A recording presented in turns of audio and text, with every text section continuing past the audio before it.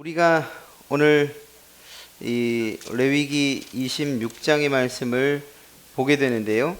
이 말씀을 보게 되면 그 구조 자체가 한눈에 이렇게 들어오게 됩니다. 그래서 1절과 2절 말씀을 보면 율법의 대강령, 즉 이 율법은 무엇을 이야기하고 있는가 하는 것에 대해서 1절과 2절에서 이야기를 해주고 있습니다. 그리고 3절부터 13절까지는 복에 대한 내용으로서 가득 차 있는 것을 보게 됩니다.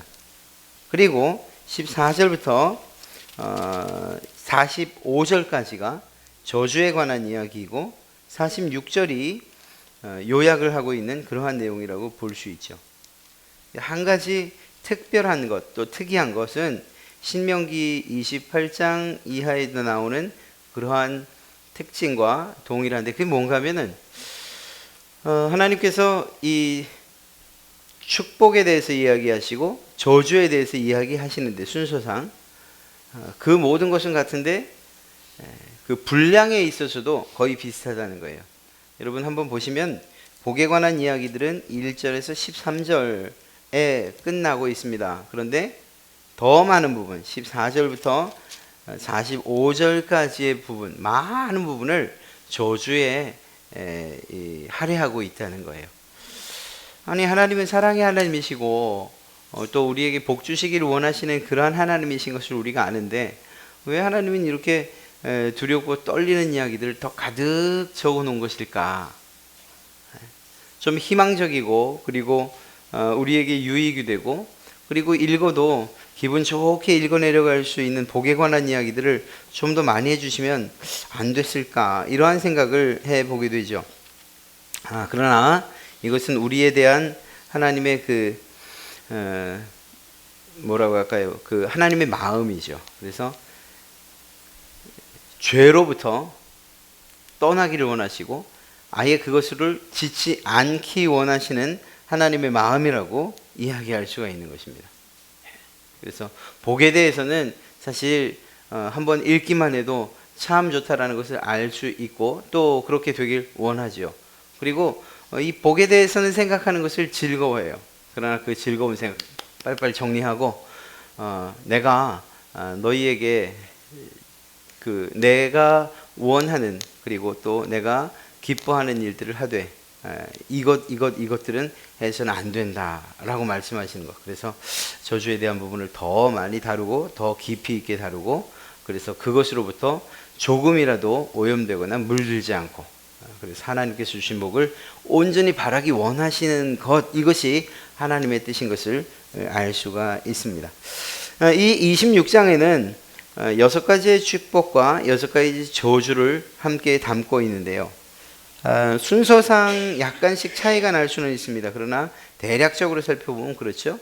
4절부터 5절 혹은 10절 사이에 생산하는 땅, 하나님께서 주신 그러한 땅은 이 이스라엘 백성들에게 생산, 곡식들이나 혹은 살게 하는 그러한 땅으로 하나님이 복 주시겠다 약속하고 계십니다. 그런데 하나님께서 하시는 그 말씀과 명령에 순종하지 않을 때에는 저주의 땅으로 변하는데, 즉 생산하지 못하는 땅으로 변하게 될 것이다. 16절 혹은 19에서 20절, 26절 사이에 이러한 내용들을 기록하고 있습니다. 5절 말씀에는 너희가 내 말에 순종하면 안전하게 살게 될 것이다. 이제 내가 너희에게 주는 그 가나안 땅에서 조금의 위험도 없이 안전하게 살 것이다 라고 이야기하는데, 그러나 순종하지 않으면, 그러면 그 안전이 보장받지 못할 뿐만 아니라 더 나아가서 다른 타국에 잡혀가는 이 포로된 삶을 살게 될 것이라고 33절을 통해 이야기하고 계십니다. 또한 하나님께서 순종하는 백성들에게 들판의 이 들짐승들을 제거하는 것으로서 보호해 주시겠다라고 이야기하고 있는 반면, 하나님의 말씀에 순종하지 않는 자들에 대해서는 오히려 들짐승들로부터 위협을 당하게 될 것이라는 말로서 22절에 이야기하고 있는 것을 보게 됩니다. 또한 무기가 없게 될 것, 즉 하나님의 말씀에 순종하면 전쟁이 없어서 이 무기가 필요치 않은 그러한 평화와 그리고 안정을 누리게 될 것이다. 이렇게 선언해 주신 반면에 죄가 있으면 그리고 하나님께 반역한 그러한 모든 자들에 대해서는 상호간에 무기를 휘두르는 전쟁이 있는 이러한 재앙을 저주를 받게 될 것이라고 이야기하죠. 그러한 전쟁이 일어났을 때 하나님께서 책임지시고 그리고 하나님의 말씀에 순종하는 백성에게는 승리를 주시지만 그렇지 않은 백성들에게는 패배를 주시겠다고 또한 이야기하고 계십니다. 전반적으로 하나님의 보살핌이라는 그러한 은혜 가운데 있게 될 것이지만 그렇지 않을 경우에는 하나님의 냉대함 가운데 하나님께서 멸시하시고 무시하시는 그러한 이야기를 듣게 될 것이라고 이렇게 선언하고 있죠. 그래서 이 두 가지가 축복과 저주의 이야기를 두 가지를 놓고 있는 거예요. 그리고 너는 과연 어떠한 삶을 살기 원하느냐? 어떻게 살겠느냐? 이렇게 우리에게 질문을 던지고 있는 것이죠. 사실은 이것은 우리 지금 현재 우리 그리스도인들의 삶도 마찬가지예요. 하나님께서는 늘 여러분에게 하나님의 말씀을 제시하여 구원의 길과 멸망의 길, 어느 길을 가겠느냐? 생명의 길과 그리고 죽음의 길, 어느 길을 가겠느냐? 의의 길을 가겠느냐? 불의의 길을 가겠느냐? 밝은 길을 갈래? 어두운 길을 갈래? 그리고 또한 그 길의 마지막이 어떠하다는 것을 분명하게 우리에게 이야기해 주고 있죠. 그렇기 때문에 오히려 너무 명확한 거예요. 여러분들에게 제시되는 그런 축복의 이야기들 그리고 그 열매들, 그렇게 살지 않았을 때의 저주와 그 저주의 열매들 앞에서 내놓으시고 어느 것을 선택할래? 어느 것을 먹고 싶으냐? 이렇게 말씀하시는 거죠. 사람들이 아주 탐스러운 그리고 벌레 먹지 않는 아주 맛있어 보이는 과일 그리고 상하고 벌레 먹은 과일, 누가 이야기해도 벌레 먹지 않은 정말 탐스러운 과일을 먹는 지혜는 있는데 하나님께서 보이시는 그 길, 생명의 길과 그리고 죽음의 길, 또 사는 길과 죽는 길, 또 나가서 복의 길과 저주의 길을 선택하는 이 선택에는 지혜롭지 못하니 이것이 얼마나 안타까운 일인가 하는 거죠. 하나님께서는 분명하게 이렇게 우리에게 알려주고 계시고 또한 선택하게끔 하신다라는 거죠. 자, 이런 상황 가운데서 그렇다면 하나님이 기뻐하시는 그리고 하나님께서 우리에게 넘치도록 주고 싶어 하시는 그 복의 길을 가는 것과 저주의 길을 가는 것, 과연 이 갈림길엔 무엇이 있느냐 이거예요. 무엇을 통해서 한편은 이쪽으로 한편은 이쪽으로 상호 간의 길을 가게 되느냐 이것이죠. 그것이 바로 14절과 15절 사이에서 분명하게 이야기하고 있습니다. 바로 그것은 죄에 관한 것이에요. 죄.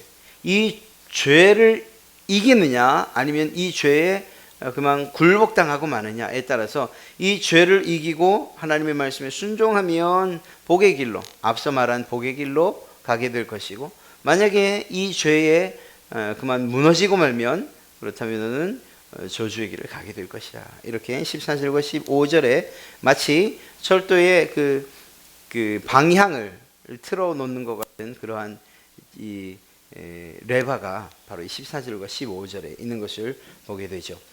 14절에 이렇게 말하고 있습니다. 그러나 너희가 내게 청종하지 아니하여 이 모든 명령을 준행하지 아니하며 15절 내 규례를 멸시하며 내 마음에 내 법도를 싫어하여 내 모든 계명을 준행하지 아니하며 내 언약을 배반할진대. 바로 이거예요. 우리에게 죄란 무엇이냐 물을 때에 우리는 죄 그러면 일반적으로 생각하기를 도덕적이나 혹은 윤리적이나 사회 규범적으로 짓는 어떤 죄, 그렇죠? 주님께서는 그것에 대해서 분명하고 단호하게 아니다, 너희의 마음으로부터 그 죄는 시작된다라고 말씀하셨지만 그 사실을 알고 있음에도 불구하고 누군가에게 들키지 않고 누군가가 보지 않았으면, 그리고 그 사실에 대해서 나도 이렇게 그냥 두리뭉실하게 넘어갈 수 있기만 하면 나는 죄인이라고 생각하지 않는 거예요. 들키지 않으면. 사회적으로 또 우리가 살아가는 세상 가운데에서 적용되는 법의 기준, 그 법의 기준에 저축되지 않으면 죄라고 생각하지 않는 거죠. 심지어는 이 죄 의식이 무뎌지면 죄를 짓고도 죄 짓지 않았다고 생각하는 거예요. 이런 경우죠. 언젠가 또 예를 들었던 것처럼 교통사고, 음주운전 예를 들어서 했어요. 그러면은 걸리지 않으면, 그래서 집에 무사히 어떻게 돌아오면 죄와는 상관없이 오늘 재수가 참 좋았다 이렇게 이야기하고 마는 거죠. 사실은 이미 그는 죄를 짓고 그리고 집으로 돌아온 건데요. 만약에 그러다가 사고가 났어요? 그럼 오늘은 정말 재수가 없었다 이렇게 해서 그냥 요행으로서 자기의 죄의 문제를 죄다 아니다 이렇게 이 기준 삼고 있다는 거예요. 그래서 걸리면 그러면 재수가 없어서 걸린 것, 그렇게 죄의식도 무뎌지고 죄라고 생각하지 못하게 되는 거죠. 그러나 걸리던 걸리지 않던, 사고를 내던 그렇지 않던, 이것은 명백하게 잘못이고 죄인 거예요. 세상은 이렇게 허술하기 그지없다는 거예요. 죄에 대해서. 그래서 여러분들이 예수님을 믿으면서 저를 포함한 여러분들, 우리가 죄 짓지 않고 사는 그런 방법, 그리고 또 그런 삶은 얼마든지 연출해낼 수 있다는 거예요. 표현이 너무 과격했습니까? 연출이라고 해서. 그런데 그래요. 사실은 우리는 하나님의 입장에서 이렇게 볼 때에 분명히 죄라고 여길 만한 것들과, 그리고 그것이 하나님의 판단에 의해서는 그건 죄지라고 이야기할 수 있는 것들을 우리나 혹은 우리를 이해하는 사람들끼리의 암묵적인 그러한 협의 이런 것들을 통해서 이건 우리가 이 정도는 죄라고 할 수 없지라고 이렇게 무시하면서, 그래서 죄의식을 아주 이렇게 무마시키면서 그렇게 죄를 짓고 있는 거예요. 왜 이렇게 말씀드리냐면 죄에 대한 정의를 오늘 14절과 15절에서 이야기하고 있기 때문입니다. 하나님께서 말씀하시는, 그래서 복과 저주의 길을 갈라놓는 바로 그 죄는 무엇을 이야기하는 것인가? 이것은 하나님과 관계에 있는 것. 그래서 매우 명확하게 이야기하고 있습니다. 청종하는 것, 명령을 준행하는 것, 규례를 멸시하는 것, 법도를 싫어하는 것, 그리고 준행하는 것. 하여튼 이 5가지에 의해서 이야기되고 있다는 것을 보게 됩니다. 이것은 잠시 뒤에 살펴보고요. 죄가 다 의미하는 단어가 무엇인가? 죄를 의미하는 단어가 바로 하말티아라는 그러한 단어인데, 이것은 이 관역에서 벗어났다는 것을 이야기해요. 그러니까 하나님께서 의도한 바대로 정확하게 관역에 꽂혀야 되는 것인데, 이러한 하나님의 뜻으로부터 벗어난 것, 이것을 죄라고 이야기하는 것이죠. 그런 점에서 오늘 이 이야기하고 있는 청종하지 않는 것, 그리고 준행하지 않는 것, 멸시하는 것, 싫어하는 것, 준행하지 않는 것, 이러한 이야기들을 살펴볼 필요가 있다라는 것입니다. 첫 번째로 무엇을 이야기하고 있습니까? 준행하지 않는 것, 그렇죠? 청종하지 아니하는 것. 바로 이것은 하나님의 말씀을 듣지 않는 것에 대해서 이야기하고 있습니다. 하나님의 말씀에 귀 기울이지 않는다는 거죠. 하나님의 말씀에 무지한 거예요. 이유는 듣지 않았기 때문에. 그런데 이 듣지 않는 것이 안 들리는 것이 아니고 고의적으로 귀를 막기 때문이라는 것입니다. 하나님의 말씀이 선포되어지고 있음에도 불구하고, 그리고 지금 이 레위기 혹은 이 율법들이 이스라엘 백성들에게 이야기되어지고 전해지고 있음에도 불구하고 의도적으로 귀를 막아서 그것을 듣지 않는 것, 귀 기울이지 않는 것. 그런데 여기서 나의 이야기를 듣지 않았다 이렇게 말하지 않습니다. 내게, 즉 하나님에게 청종하지 않았다라는 말로써 더 적극적으로 하나님 자신을 듣지 않았다는 그러한 표현을 사용하고 있는 것이죠. 그러니까 이스라엘 백성들이 저주와 그리고 복의 사이에서 하나님의 말씀을 의도적으로 인격적으로 무시하느냐 그렇지 않느냐 이거예요.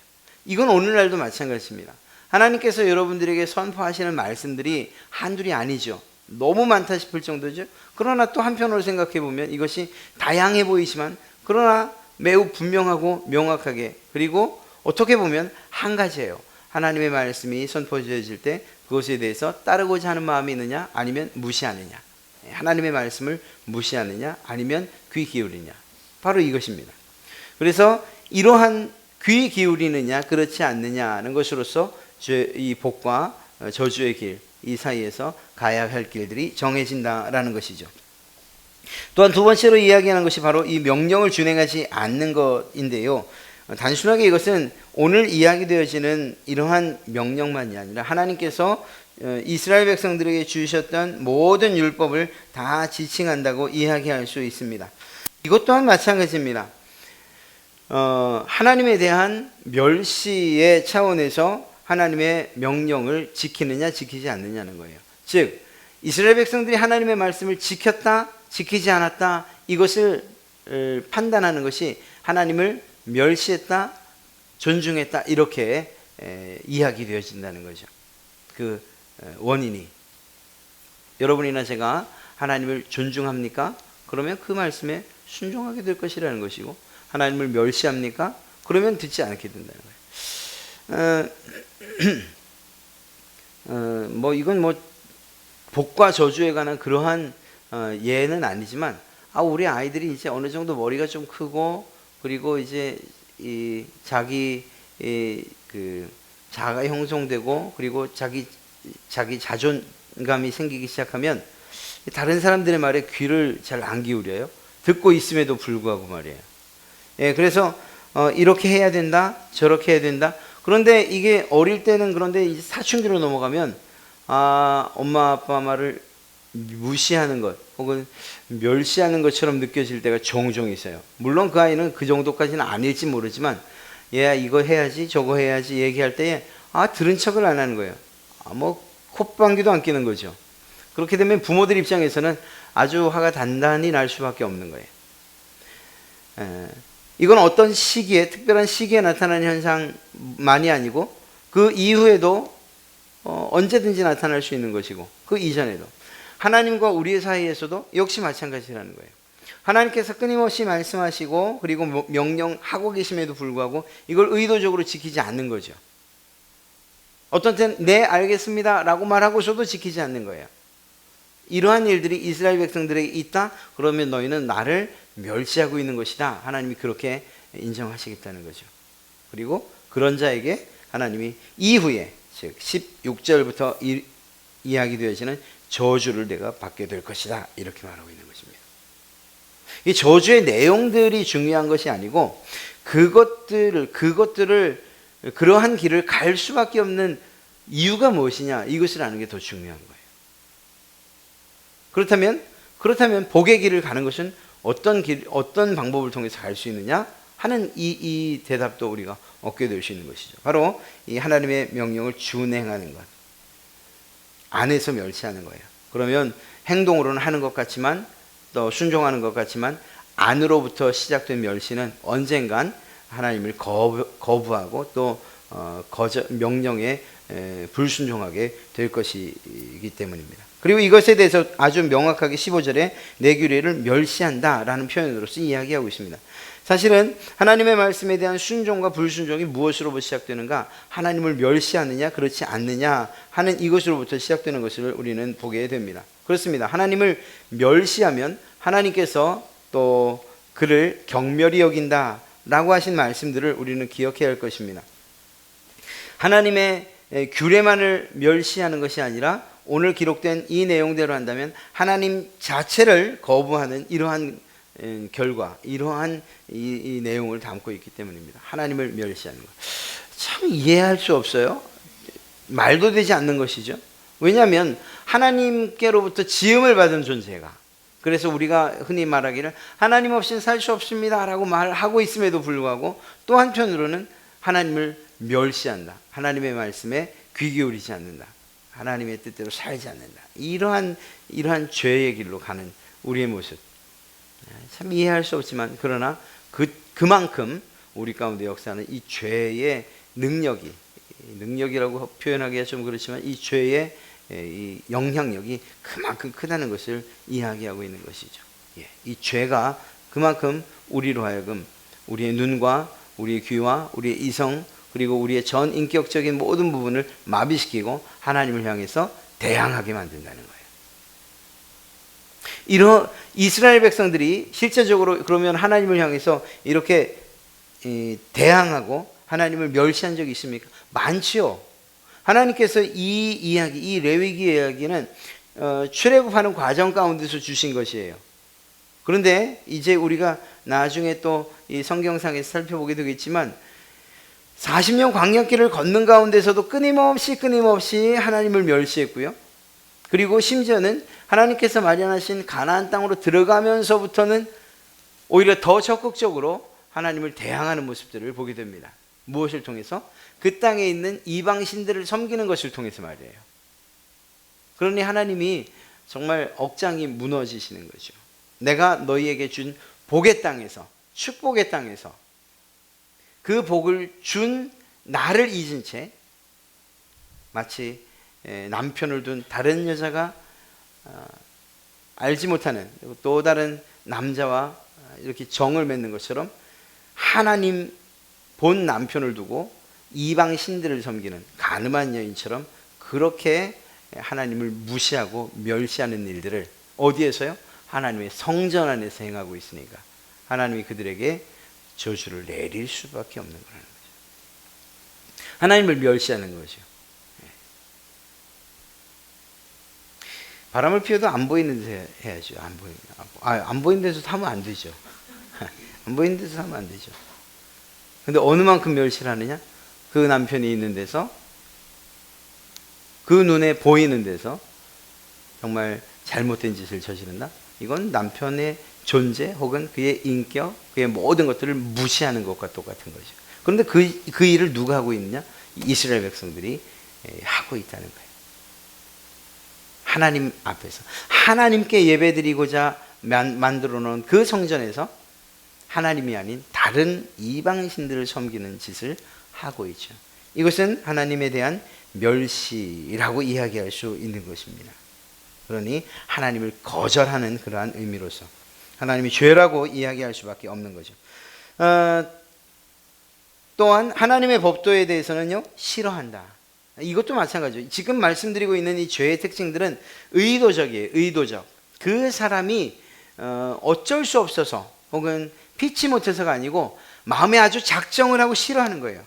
하나님의 말씀이 선포되어질 때 그 말씀을 받아들이기는커녕 아주 마음에 싫어하는 거예요. 의도적으로. 이러한 것은 전 인격적으로 자기의 생각이나 혹은 마음이나 혹은 의지를 가지고서 그것들을 멀리하고자 하는 것, 싫어하고자 하는 확실한 이 표현을 하고 있는 것이죠. 그러니까 하나님을 아주 보기 싫어한다. 하나님의 말씀을 듣기 싫어한다. 하나님께서 하신 그 주신 법들을 의도적으로 싫어하는 거예요. 이것을 죄라고 규정하고 있는 것입니다. 이 죄를 짓지 않는 자, 짓는 자 이렇게 구분되어지는 거죠. 그러니까 아주 간단해요. 이 죄라는 것이 우리 앞에 있고 이 죄에 대해서 우리가 분명하게 이겨내면 그러면 하나님께서 마련해 주신 복의 길로 가는 거고 이 죄에 그만 걸려 넘어지고 이것이 우리를 올가매기 시작하면 우리는 저주의 길로 갈 수밖에 없는 거예요. 너무 명확한 거죠. 이 사실을 오늘 이 26장에서 보게 되는 것입니다. 마지막으로는 무엇을 말합니까? 계명을 준행치 않으며 나의 언약을 배반하는 것. 이 배반하는 것. 하나님의 말씀을 배반하는 이 일, 이 배반이라는 말은 깨뜨린다는 거죠. 깨뜨린다는 것. 하나님과 약속을 했어요. 하나님은 불변하시는 하나님이시기 때문에 여러분과 하신 또 이스라엘 백성들과 하신 약속을 끝까지 지키려고 애를 쓰시죠. 그런데 일방적으로 약속을 파기하는 거예요. 깨뜨리는 거예요. 누가? 사람이. 그것이 무엇이냐고요? 죄예요. 사람들 사이에서도 약속이 일방적으로 깨지면 그러면 많이 화가 나고 신뢰할 수 없는 사람으로 우리는 여기죠. 그런데 하나님과 사이에서도 하나님께서는 우리에게 분명히 약속하셨어요. 이 아브라함에게도 약속했고 이스라엘 백성들에게도 약속하셨어요. 내가 너희를 민족을 이루겠고 내가 너희의 하나님이 되고 내가 너희의 왕이 되어주겠다. 이렇게 말씀을 하셔서 그 약속들을 신실하게 이행해 가고 하나님은 그것들을 지켜가고 계신데 일방적으로 일방적으로 사람 편에서 그 약속을 깨뜨려 버리는 거죠. 이것은 그 상대방에 대한 모욕이기도 하고, 그리고 이러한 일이야말로 오늘 표현대로 하면 배반하는 거예요. 배반. 그 죄는 무엇이냐? 하나님을 배반하는, 하나님과의 약속을 일방적으로 깨뜨리는 것이라고 말할 수 있습니다. 이렇듯이 말씀드린 것처럼 이러한 5가지요. 그래서 하나님의 말씀에 귀 기울이지 않는 것, 그 하나님의 명령을 지키지 않는 것, 의도적으로 지키지 않는 것, 또 하나님의 그 규례, 하나님의 말씀에 대해서 귀 막고 눈 닫고 멸시하는 것, 아예 들을 만한 말로 취급하지도 않는 것, 그리고 하나님의 법도를 의도적으로 싫어하는 것, 그리고 배반하는 것. 이러한 몇 가지, 이것이야말로 죄라고 이야기할 수 있습니다. 이 말을 그냥 한 단어로 이야기하면 하나님의 말씀에 대한 불순종이라고 할 수 있습니다. 그것은 무엇일까요? 아담과 하와가 지었던 바로 그 죄, 불순종, 이것과 같은 거예요. 그래서 죄는 실제적으로 그 근원은 똑같습니다. 이러한 마음들, 앞서 말씀드렸던 싫어하고 배반하는 마음, 그 듣기 싫어하는 마음, 이러한 것들이 결국 어떤 것으로 나타나느냐? 불순종으로 나타나는 거예요. 선악과를 따먹지 말아야 한다라고 하는 사실을 알고 있음에도 불구하고 그 명령에 대해서 의도적으로 귀 닫고, 그리고 마음에 두기 싫어하고, 그리고 그 약속을 깨뜨리는 것을 통해서 나타난 게 뭐예요? 결국 먹는 불순종으로 나타나는 거죠. 이건 우리에게도 마찬가지예요. 우리가 하나님의 말씀이 우리에게 주어져 있지 않습니까? 이러한 말씀이, 이 말씀에 대해서 죄라고 이야기할 수 있는 것은, 규정할 수 있는 것은 무엇이냐? 이 말씀을 듣기를 싫어하고 멸시하고, 그리고 마음에 두기를 싫어하고, 이 사이에 약속된 그러한 이 약속들을 무시하고 깨뜨리는 거죠. 이게 어떻게 나타나냐고요? 불순종으로 나타나는 거예요. 불순종. 가장 적극적으로 예배에 대한 불순종, 또 하나님께서 우리에게 명령하신 삶의 방법에 대한 불순종. 이 불순종은 그런 면에서 아주 심각한 죄의 최종적인 결과라고, 열매라고 할 수 있는 거죠. 그리고 이러한 마음으로 오늘 이러한 기준으로 복과 저주를 나누고 있다는 거예요. 하나님의 말씀에 순종하면, 그러니까 간단하게 이야기하면 그 하나님의 말씀에 순종하면 내가 약속한 복을 주고, 하나님의 말씀에, 내 말에 순종하지 않으면 그러면 이러이러한 일들을 너희는 저주로 당하게 될 것이다, 이렇게 이야기하는 거죠. 너무 간단하죠? 앞서 너무 어렵게 말한 것 같은데요, 이 죄에 대한, 그리고 하나님의 말씀에 대한 순종과 불순종으로서 우리가 가야 할 그 길들이 나눠진다는 것을 이야기하고 있는 것을 보게 됩니다. 말씀드린 것처럼 이렇듯이 이 26장 안에는 하나님을 배반하고 이 죄를 지은 자들에 대한 그러한 하나님의 마음과, 그리고 어떻게 하시겠다라고 하는 이 처분에 대한 내용들을 담고 있습니다. 그런 면에서 하나님의 말씀에 불순종하는 자들에 대한 경고라고도 이야기할 수 있는 거죠. 앞서 말씀드린 것처럼 이러한 경고의 내용을 더 많이 둔 거예요. 더 많이 둔 거예요. 사실 우리가 헌법을 봐도, 그리고 또 뭐 여러 가지 법을 봐도 잘한 사람들에 대한 보상은 그렇게 아주 구구절절 기록되어 있지 않아요. 그런데 잘 못한 것들에 대해서는 이렇게 잘못하면 이렇게는 이렇게 아주 세부적으로 기록하고 있죠. 잘하는 사람은 표창 뭐 하나. 왜냐하면 죄를 규정하는 데 있어서는 잘못된 것, 그리고 그 부정적인 것들에 대한, 해서는 안 될 것들에 대한 명시가 더 중요하기 때문입니다. 왜냐하면 그게 기준이 돼야 되니까요. 어떠한 A라는 일을 했을 때 이게 잘한 일이냐 못한 일이냐, 못했다면 어떤 부분에 있어서 못한 것이냐, 이러한 아주 큰 줄거리, 즉 선이냐 악이냐 혹은 복이냐 저주냐 할 때에 아주 세밀한 구분은 결국 이 저주의 부분에서, 즉 이 죄를 규정하는 부분에서 판가름이 날 것이기 때문인 것입니다. 자, 그래서 이러한 경고를 하나님께서 하고 계신 것이죠. 이러한 이야기는 이스라엘 백성들에게만 이야기되어지고 있는 것이 아니고 지금 우리에게도 똑같이 전해지고 있어요. 내 명령에 대해서 순종하냐 불순종하냐. 불순종하는 사람들 너희들 잘 들어라 라고 하시면서 하신 말이 무엇인가 하면 내 말과 내 명령을 멸시하느냐 그러면 너희가 이러한 재앙을 당하게 될 것이다, 이렇게 이야기하고 계신 것입니다. 오늘 본문에 언급된 이러한 재앙들의 내용은 이 죄에 대한 무지 혹은 우리가 연약하기 때문에 어쩔 수 없이 죄를 지었다라는 이런 것으로 시작된 죄가 아니에요. 아까도 말씀드렸던 것처럼 14절과 15절에서 내용은 의도적으로 자기의 의지적으로 지은 죄들을 이야기하고 있는 것입니다. 하나님을 무시하고 의도적으로 배반하고 의도적으로 멸시한 거예요. 하나님의 명령인 줄 알면서도 그 명령을 경멸히 여기는 바로 이런 죄인 거죠. 그래서 재앙을 불러 일으키게 되는 것입니다. 이스라엘 백성들이 이제 가나안 땅에 들어갔지 않습니까? 가나안 땅에 들어갔을 때 그들에게는 복받을 만한 충분한 조건들, 외적인 요인들이 있었어요. 어떤 게 있었을까요? 첫째는 땅.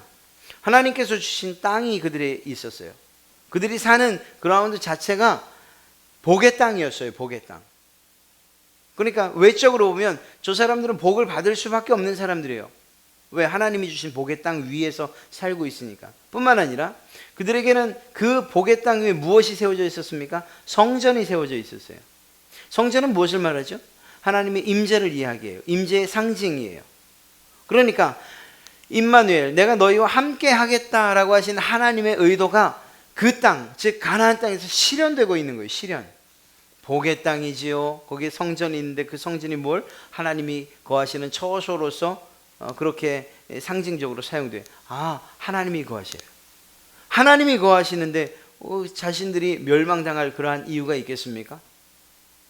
뿐만 아니라 그들에게는 하나님의 명령, 즉 율법이 있었지 않습니까? 이러한 외적인 요인들로서 이스라엘 백성들은 멸망받지 않을 만한 하나님의 회초리를 맞지 않을 만한 충분한 외적인 요인들을 다 가지고 있었어요.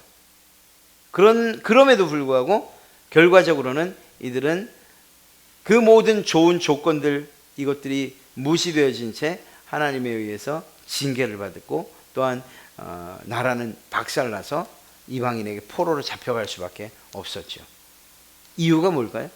아니, 이렇게 번듯하게 하나님이 주신 땅이 있고 축복의 땅이 있고 성전이 있고 그리고 하나님의 말씀이 함께 있는데 이유는 무엇인가 하면 바로 그 땅에서, 하나님이 주신 그 아름다운 땅에서, 그리고 하나님만을 예배하고자 만들어진 하나님의 임재의 장소인 바로 그곳에서 하나님이 아닌 이방신들을 섬겼거든요. 하나님의 말씀을 옆에 이렇게 가까이 두고도 그것들을 날마다 읽고 묵상하면서도 그 말씀이 정말 무엇을 의미하는지 알지 못한 채 오히려 그 말씀과 대적해서 하나님의 마음을 의도적으로 멸시했기 때문인 것이죠. 하나님의 말씀을 의도적으로 경멸했기 때문인 거예요. 그래서 그들은 멸망을 당할 수밖에 없었던 것입니다. 그러니까 하나님께서 주신 외적인 요인들이 없어서가 아니고 그 외적인 요인들보다 더 중요한 하나님을 향한 사랑의 마음, 그것이 사라진 채 오히려 멸시하고 경멸히 여기는 마음으로 가득 차 있었기 때문에 그들은 멸망을 당할 수밖에 없었던 거예요. 그럼 이 일은 그 당시에만 있는 일이냐? 아니에요. 복과 저주에 대해서 이야기하는 것보다 이 내용을 더 중요하게 우리는 살펴야 돼요. 왜? 그것이 복으로 가는 길, 저주로 가는 길에 그런 분기점이 있기 때문이에요. 오늘날은 어떤가요? 우리에게는 어떤 상황인가요? 외적인 어떤 조건들이 우리에게 충분히 있나요? 우리가 은혜 받을 만한, 하나님의 복을 받을 만한 외적인 요인들이 우리에게 있나요? 있지요. 있어요. 이스라엘 백성들 이상으로 있어요. 우리에게 아름다운 예배당이 있잖아요. 우리에게는 하나님의 말씀을, 그 사람들은 두루마리 들고 다니지도 못하는 구루마로 싣고 다녔어야 될 그 두루마리가 우리에게는 이렇게 한 손에 딱 들려져 있잖아요. 이게 이제 값도 싸져서 원하는 만큼 집안에 비치할 수도 있잖아요. 심지어는 화장실에도 놓을 수 있잖아요. 그러니까 외적으로는 하나님의 말씀대로 사는 사람의 모습을 분명하게 드러내고 있다니까요.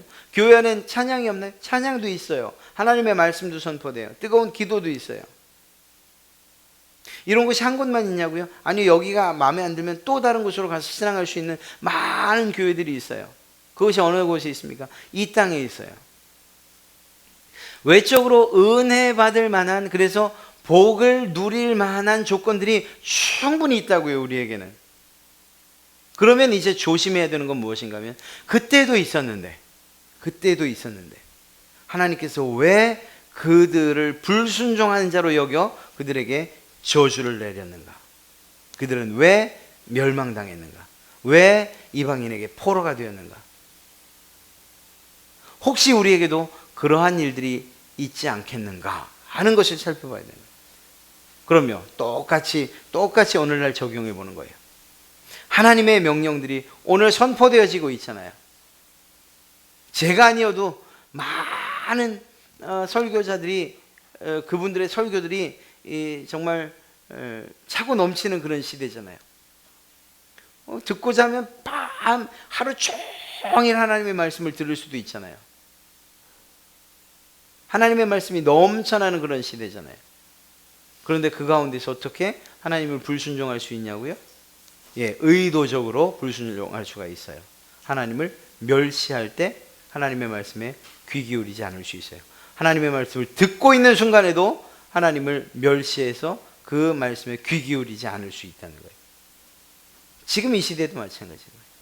외적인 요인들은 은혜 받을 만하고 복 받을 만한 충분한 조건들을 다 가지고 있는데, 가정에도 또 교회에도 혹은 직장에도 심지어는 차 안에도, 그런데 그것이 그저 눈에 보이시는 외적인 요인들, 요소들로만 채워져 있을 뿐 하나님에 대한 진정한 존중의 마음도 없고 오히려 하나님의 말씀을 멸시한다면, 그렇다면 우리는 그 당시에 이스라엘 백성들이 경험했던 그 길을 우리도 갈 수밖에 없다는 거예요. 이게 얼마나 안타까운 일이겠습니까?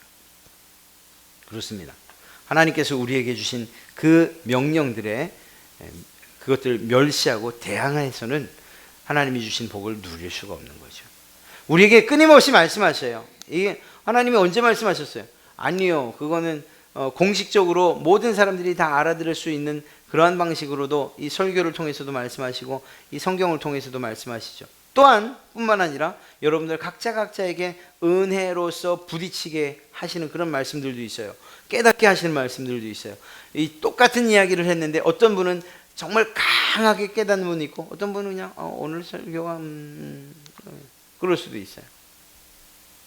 하나님께서 이렇게 어떤 충격을 주시고 또한 이렇게 감동을 주실 때 그런 말씀에 대해서 그건 이미 우리는 충분히 하나님은 우리의 귀에 들려주신 것이라고요. 막 우리 귀에다 노크를 하시는 거예요.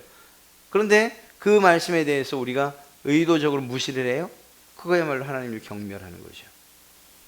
그리고 나서 하나님께서 복을 주시지 않는다 이렇게 말할 수는 없다라는 것입니다. 이런 거예요. 하나님을 가까이 하는 자를 하나님께서도 가까이 하시는 거예요. 하나님을 멀리하면 하나님도 그를 멀리 하시는 거예요. 하나님을 대항합니까? 하나님도 우리를 대항하시는 거예요. 그러면서 이제 우리가 속으로 생각, 하나님은 참 쫀쫀하기도 하시지. 우리 사람들의 하는 그 모습대로 어떻게 그렇게 갚으신단 말인가? 아니에요. 그거는 하나님이 정말 마음이 작으셔서가 아니에요. 하나님 그분이 우리를 그만큼 사랑하신다는 거예요. 하나님께서 우리를 얼만큼 사랑하시냐?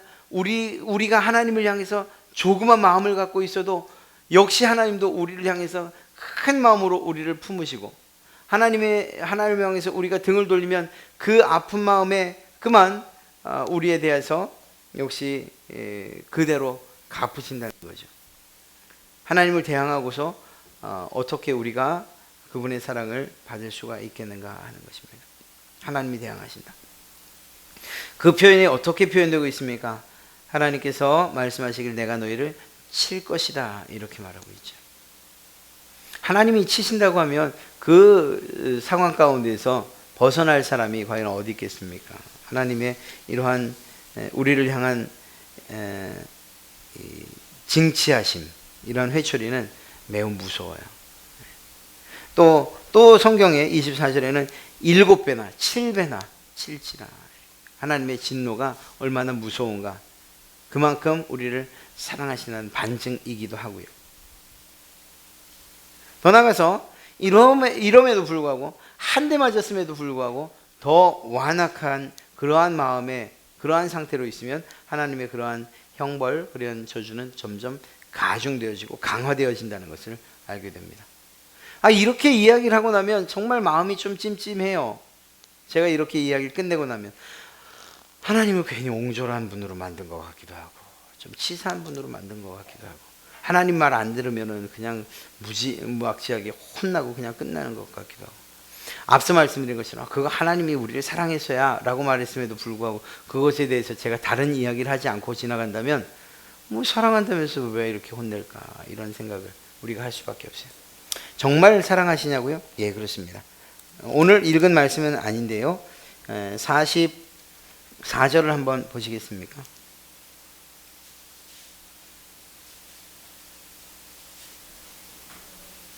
네, 44절 말씀. 그런즉 그들이 그들의 원수들의 땅에 있을 때에 내가 그들을 내버리지 아니하며 미워하지 아니하며 아주 멸하지 아니하고 그들과 맺은 내 언약을 폐하지 아니하리니 나는 여호와 그들의 하나님이 됨이니라. 여러분, 지금 이것은 저주에 해당하는 그 섹션에 포함되어 있는 거예요. 끊임없이 이렇게 하면 내가 너희를 이렇게 혼내겠다, 이렇게 저주하겠다, 이렇게 말씀하시는 가운데 마지막에 이 말씀이 삽입되어 있는 거예요. 하나님께서 우리와의 약속을 완전히 끊지 않으시겠다고 이야기하는 거예요. 45절, 내가 그들의 하나님이 되기 위하여 민족들이 보는 앞에서 애굽 땅으로부터 그들을 인도하여 낸 그들의 조상과의 언약을 그들을 위하여 기억하리라. 나는 여호와니라. 하나님의 본심을 이야기하라고 한다면 이거예요. 즉, 내가 그들을 내버리지 아니하고, 비록 죄를 지어서 저주 가운데 있다 할지라도 영원히 내버리는 일은 없을 것이라는 거예요.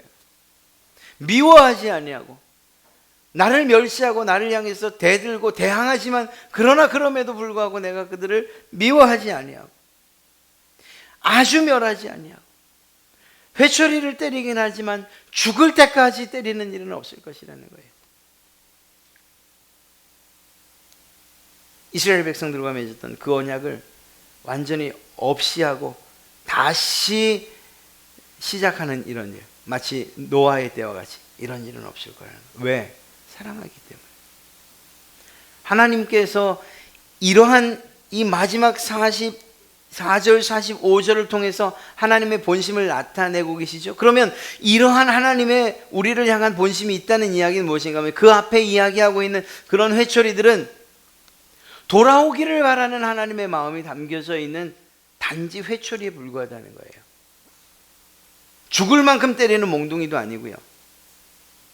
아주 이 세상 가운데서 내 말 안 들었으니 내가 너희를 멸하겠다라고 하는 그러한 하나님의 그런 정말 무지막지한 그러한 심판이 아닌 거예요.